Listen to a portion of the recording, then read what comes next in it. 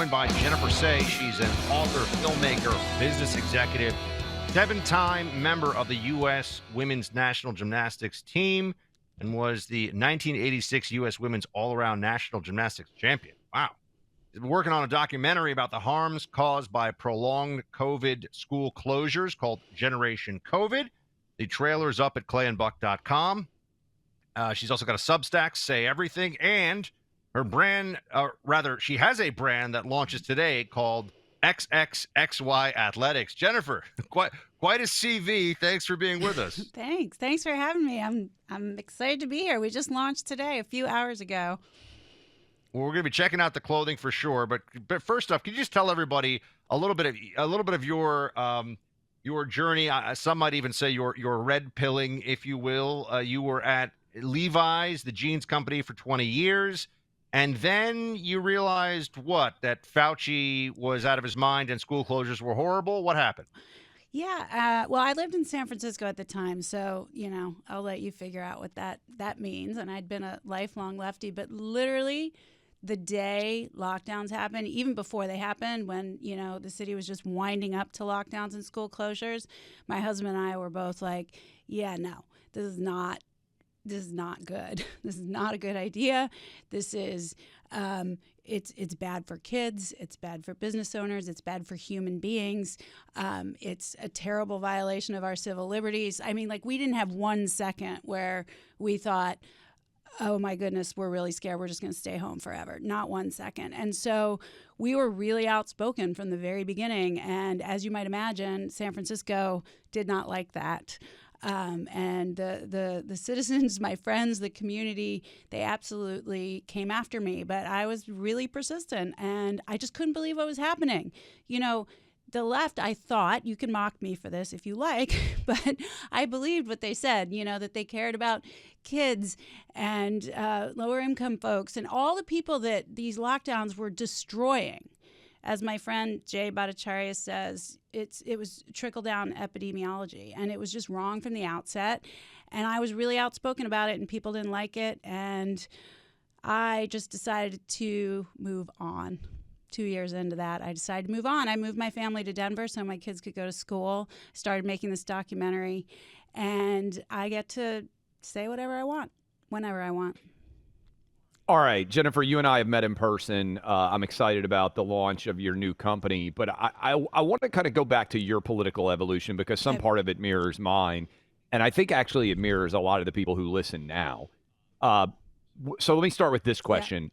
Yeah. If COVID hadn't happened, do you think you would have ended up being the CEO of Levi Strauss, this huge global apparel company? That's the track you were on. That's part one. And part two of this question, COVID, I think, accelerated the thought process of a lot of people who maybe had seen identity politics and didn't like the way it was going. Right. Maybe had seen cancel culture and didn't like the idea that, whatever you did, the old school liberal concept was, the cure for speech you don't like is more speech. Right. We should have a huge, robust marketplace of ideas. We all argue, and then the best ideas win.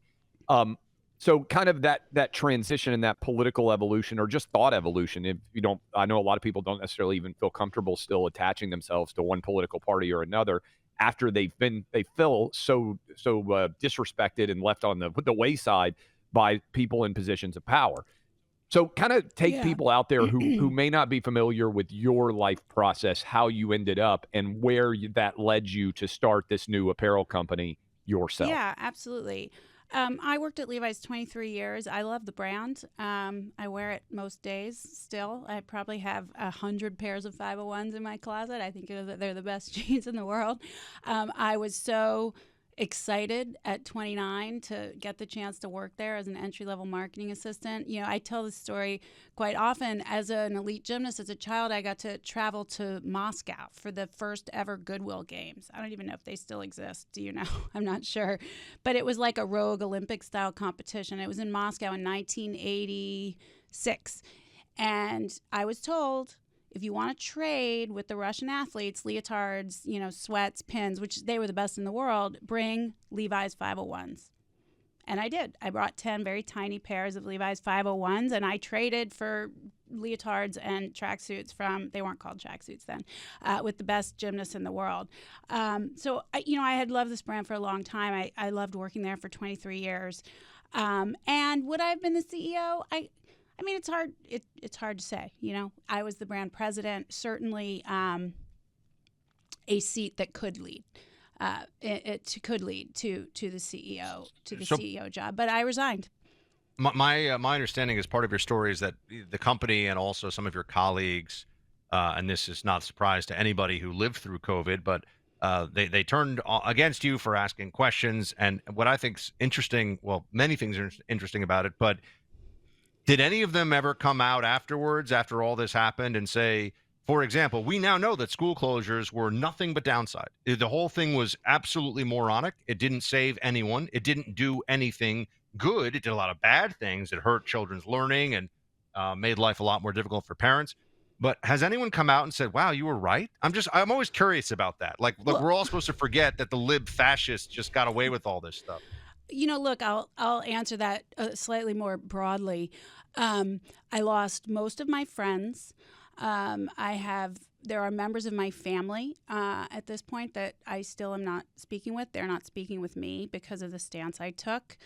It was, to kind of go back to your earlier question, the red pill moment, for me, it was such a violation of everything I always believed that the left had stood for. Stand up for the downtrodden, believe in free speech.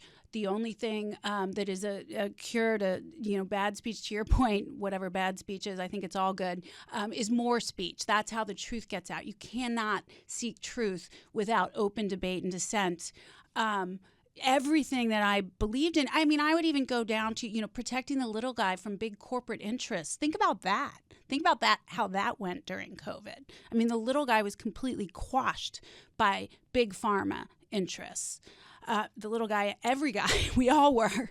And so it was such a violation of everything I believed in. And I wouldn't say I identify with the right at this point either. I don't want to belong to any party. I want to think what I think. And there's so much polarization, and you cannot veer one iota from the platform and the beliefs or the stated ideological positions of either party. And I don't want anything to do with that. So I'm just going to be by myself over here and think what I think and say what I say. That's how it's going to be for me. But, to kind of come back to your question, no, has anybody apologized for anything? No one has.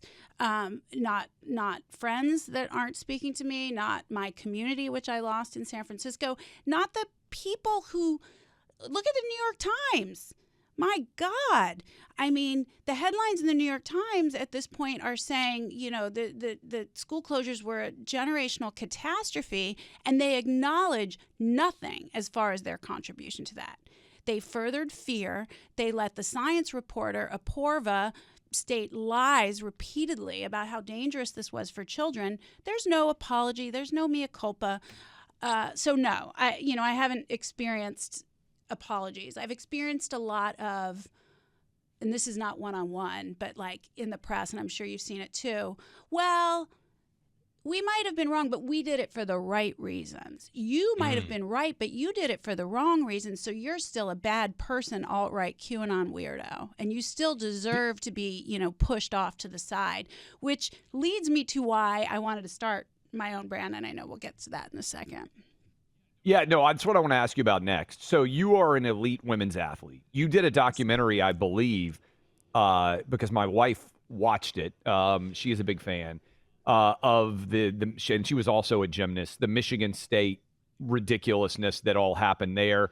But when you see men who are bigger, stronger, and faster than women, you're partnering with intentionally Riley Gaines, who works at Outkick and had to swim against Leah Thomas, a man pretending to be a woman for purposes of women's athletics. Yeah. Paula Scanlon, who was one of Leah Thomas's teammates at Penn and was basically told, don't speak up about this or there will be significant consequences. And it's intentional. Your new brand is XXXY. There are men, there are women, and there is a difference between the two. Would you have ever believed that would become something that would need to be argued, or that women would be advocating in many ways for the erasure of women in women's athletics in favor of men pretending to be women? No, I mean, to my mind, it's such a sexist, misogynistic position. 5 years ago, I certainly wouldn't have thought this is the position that the left would have taken. 2 years ago, I would have thought that this is the position the left would have taken. Yeah. But, I mean, Ruth Bader Ginsburg herself said the physical differences between men and women are enduring. They are not fungible. I mean, isn't she a hero of the left? She said it.